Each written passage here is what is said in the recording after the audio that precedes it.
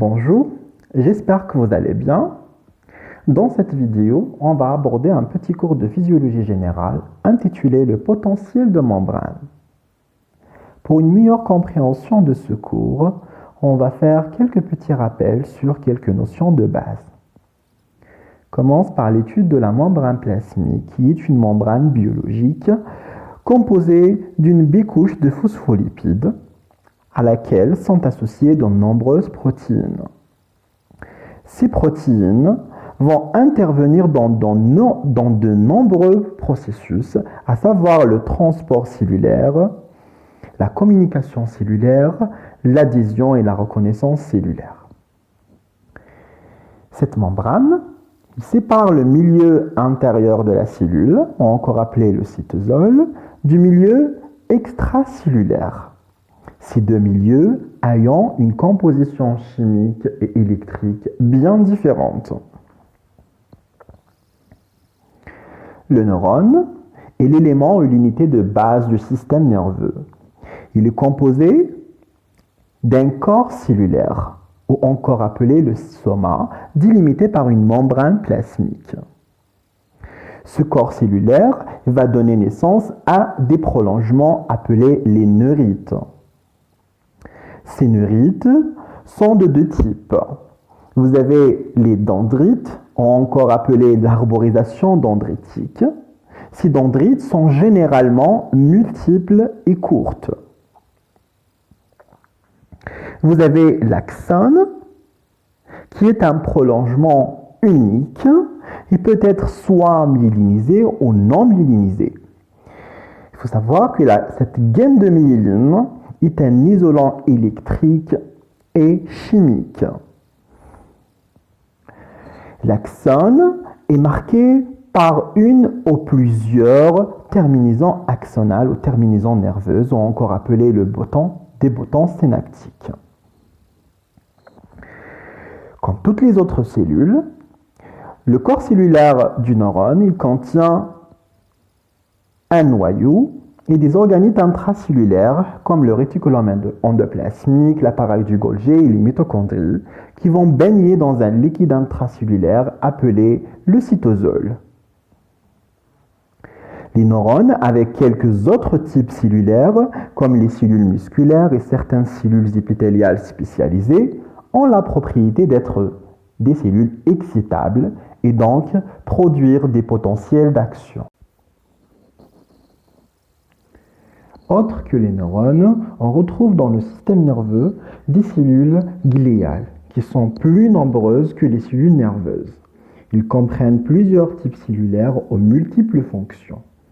Ces cellules gliales peuvent être réparties en deux groupes.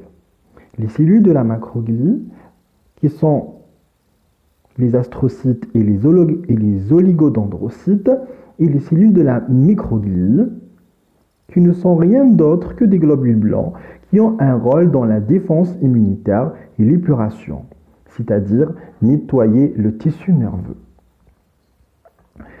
Les astrocytes sont les cellules gliales les plus nombreuses. Ils sont des cellules de soutien des neurones.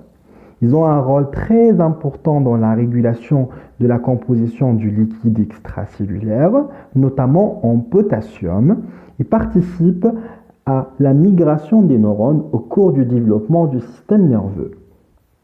On a aussi les oligodendrocytes. Donc ces oligodendrocytes, ils vont émettre des prolongements cellulaires sous forme de feuillets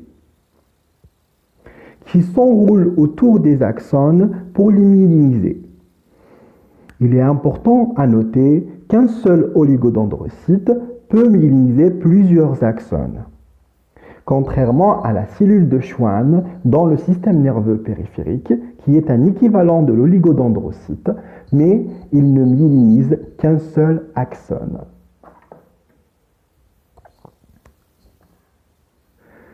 L'astrocyte, représenté ici en mauve, donc émet des prolongements sous forme de pieds, tendant sur les neurones et tendant sur la paroi dicapillaire. Il permet ainsi une communication indirecte entre le neurone et le sang dicapillaire. Il forme alors ce qu'on appelle la barrière hémato-encéphalique, qui est un lieu d'échange indirect entre le neurone et le capillaire. Ces échanges indirects vont se faire aussi bien pour les nutriments, des gaz et des déchets entre la cellule nerveuse et le sang des capillaires.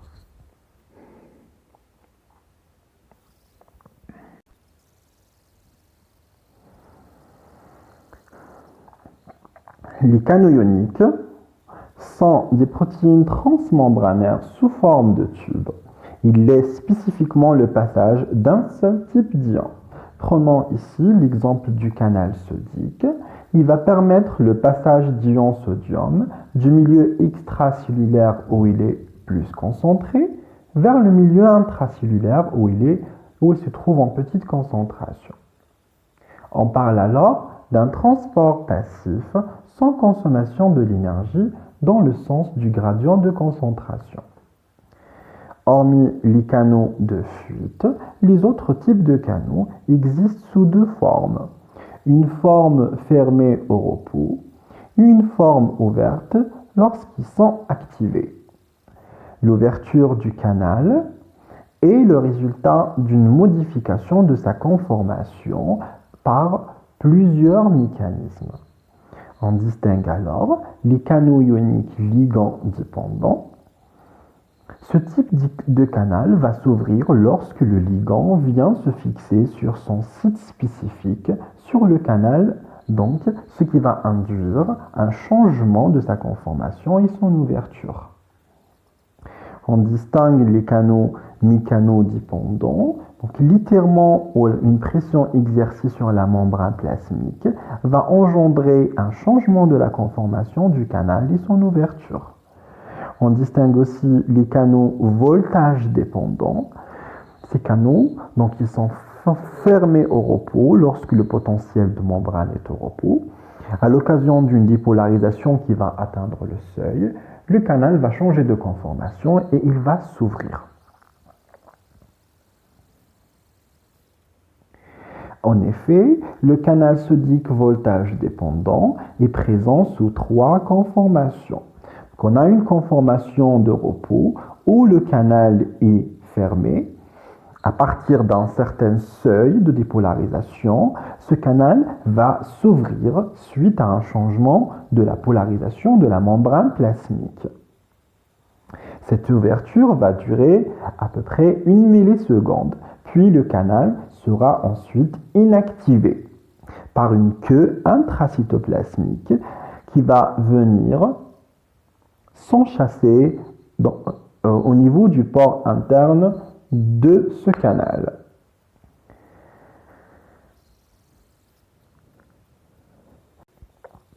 La pompe sodium-potassium est une glycoprotéine transmembranaire qui transporte 3 ions sodium du milieu intracellulaire vers le milieu extracellulaire et fait entrer 2 ions potassium du milieu extracellulaire vers le milieu intracellulaire, et ce, contre leur gradient de concentration en utilisant une molécule d'ATP. Cette pompe est dite électrogène car elle fait sortir plus de charges positives qu'elle en fait rentrer et génère donc de l'électricité. Son fonctionnement peut être bloqué par le dinitrophénol ou le cyanure qui va bloquer la synthèse de l'ATP nécessaire au fonctionnement de cette pompe. Mais l'inhibition spécifique de cette pompe va se faire par une substance appelée l'ouabaïne qui se fixe sur le site spécifique du K+, à la face extracellulaire, et donc va arrêter le fonctionnement de cette pompe.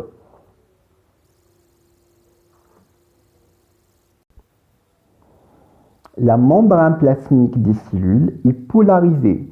Elle est chargée positivement à sa face externe et négativement à sa face interne. Cette polarité est le résultat d'une différence de concentration ou de répartition des différents ions de chaque côté de la membrane. Si l'on mesure la différence de potentiel membranaire d'une cellule excitable, en particulier un neurone, à l'aide de deux électrodes, une électrode placée dans le milieu intracellulaire, l'autre placée dans le milieu extracellulaire, on constate une différence de potentiel qu'on va appeler le potentiel de repos. Ce potentiel de repos est toujours négatif, d'environ moins 70 millivolts en moyenne pour le neurone, mais peut varier de moins 40 jusqu'à moins 90 millivolts. On dit que l'intérieur de la cellule est chargé négativement par rapport à l'extérieur. Le potentiel de repos possède en effet deux caractéristiques principales. Il est stable au cours du temps en dehors de toute stimulation et il est constant pour un type cellulaire donné.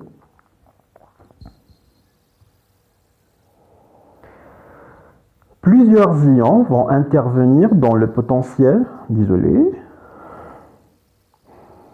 Donc, j'ai dit plusieurs ions vont intervenir dans le potentiel de membrane.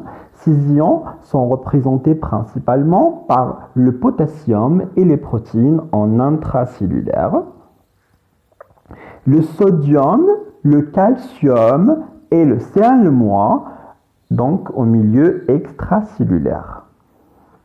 À l'exception des protéines ou des anions protéiques, les autres ions peuvent traverser la membrane plasmique à travers 10 pores que sont les canaux ioniques par simple diffusion.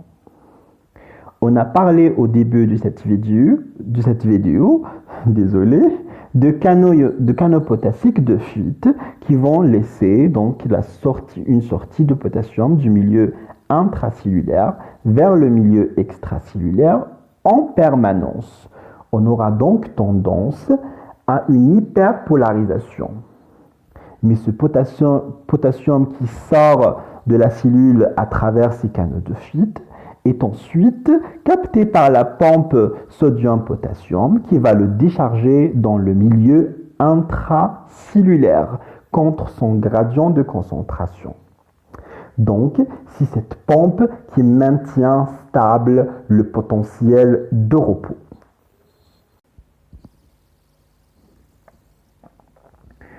Le potentiel d'action est une inversion brutale et brève de polarisation de la membrane plasmique qui passe subitement à l'occasion d'une stimulation d'un potentiel de repos de l'ordre de moins 70 millivolts à plus 30 millivolts. Puis descend jusqu'à en dessous de moins 70, puis enfin retrouver son équilibre à moins 70 millivolts.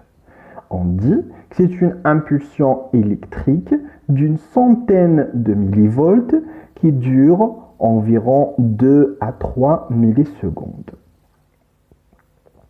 Le potentiel d'action obéit à la loi de tout ou rien. En effet, l'apparition d'un potentiel d'action dépend de l'intensité de la stimulation électrique. Ainsi, si le seuil de moins 40 millivolts n'est pas atteint, on n'aura pas le potentiel d'action. En d'autres termes, quelle que soit l'intensité de la stimulation électrique, si l'on n'atteint pas moins 40 millivolts, que l'on atteint par exemple moins 60, au moins 50, au moins 45, ça sera la même chose. Il n'y aura pas le déclenchement de potentiel d'action. C'est le rien de tout ou rien. Une fois le seuil de moins 40 est atteint, par exemple on parle de moins 70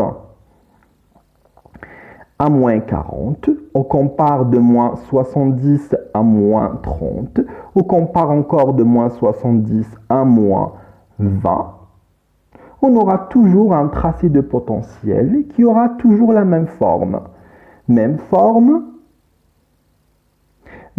amplitude et même durée. toujours, quelle que soit l'intensité de l'excitation à partir de moins 40 millivolts. C'est le tout de tout ou rien.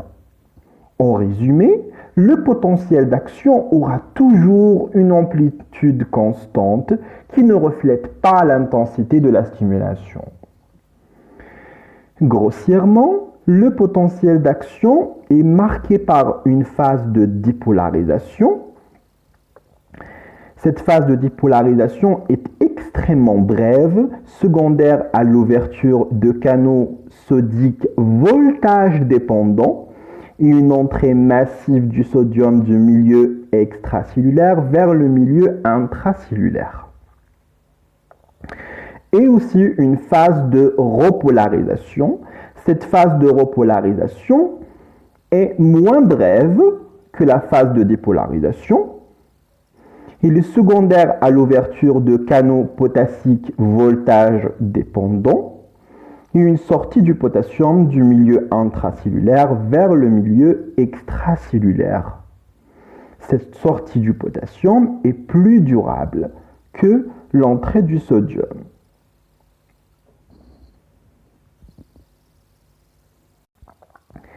Ici sont représentées en détail les différentes phases du potentiel d'action. Initialement, à l'état de repos, la membrane plasmique du neurone est polarisée. Elle est chargée positivement à sa face externe et négativement à sa face interne. Tous les canaux ioniques sont fermés et le potentiel de membrane est stable à moins 70 millivolts. À l'occasion d'une stimulation, on aura ouverture des canaux sodiques ligand aux mi-canaux dépendants. Imaginons ici un canal sodique ligand dépendant. De l'acétylcholine va venir se fixer sur son site spécifique. Changement de conformation du canal qui va passer d'un état fermé vers un état ouvert. Entrée du sodium du milieu extracellulaire vers le milieu intracellulaire. On aura donc une dipolarisation, représentée ici par la phase 2. Il est dite lente.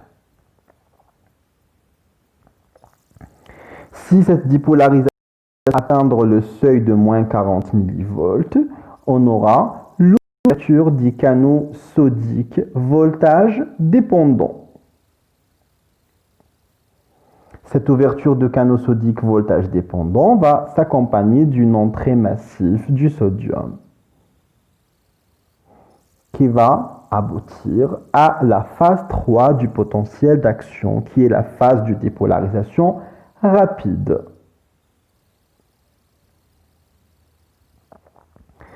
Les canaux sodiques voltage dépendants peuvent être bloqués par la tétrodotoxine ou TTX, qui est une toxine extraite d'un poisson japonais, le fugu, ou encore par la lidocaïne, qui est utilisée en médecine comme anesthésique locale. Ces deux substances vont empêcher l'ouverture des canaux sodiques et donc l'apparition du potentiel d'action. On n'aura pas alors la transmission de l'influx nerveux.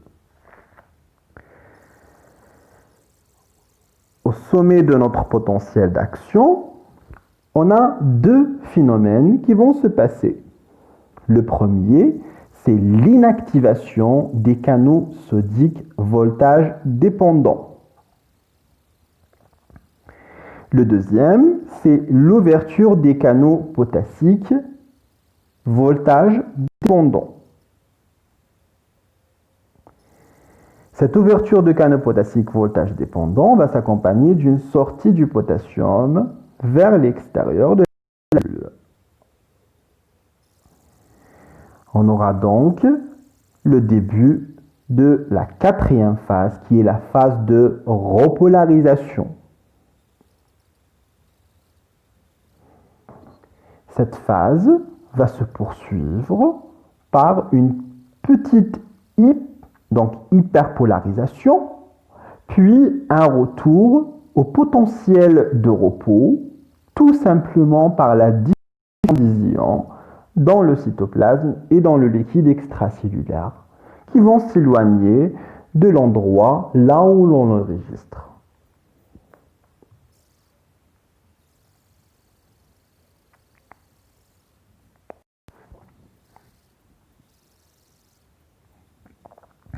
Le potentiel d'action prend naissance au niveau de la jonction soma-axone qu'on appelle le hile ou le collet.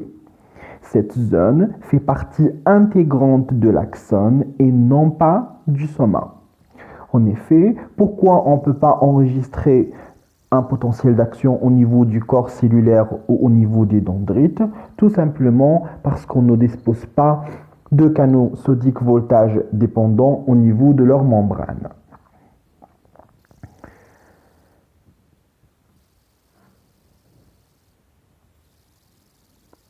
Le potentiel d'action se propage le long de l'axone depuis le hile jusqu'à la terminaison axonale.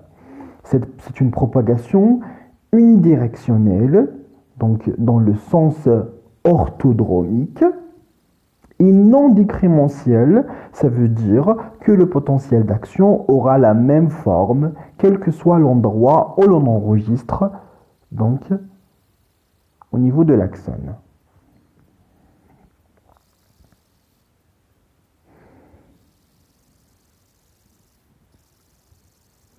Ici en bleu, on a un courant sodique entrant. Ce courant peut se propager en aval, mais aussi bien peut se propager en amont. En amont, on va retrouver des canaux sodiques voltage dépendants qui sont inactivés, donc inactivables. Ils ne peuvent pas encore s'ouvrir. Donc il n'y aura pas de propagation du potentiel d'action dans le sens antihydromique. On ne peut pas revenir en arrière.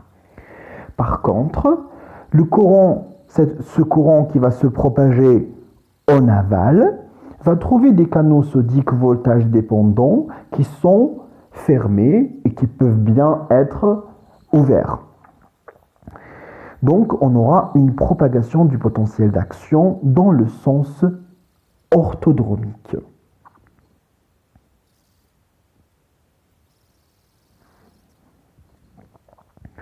Une autre caractéristique très importante du potentiel d'action, c'est la période réfractaire.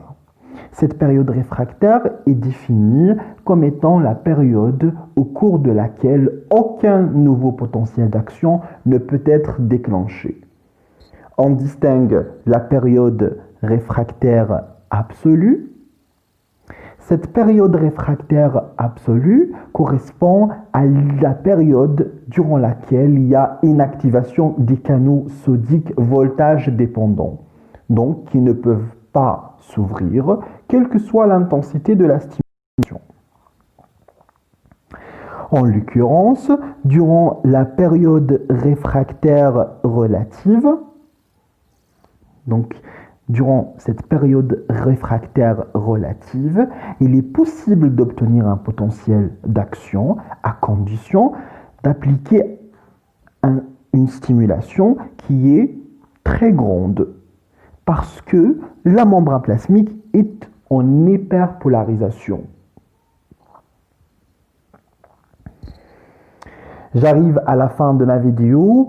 Je vous remercie. N'hésitez pas de liker la vidéo s'il vous a plu et de me poser vos questions en commentaire.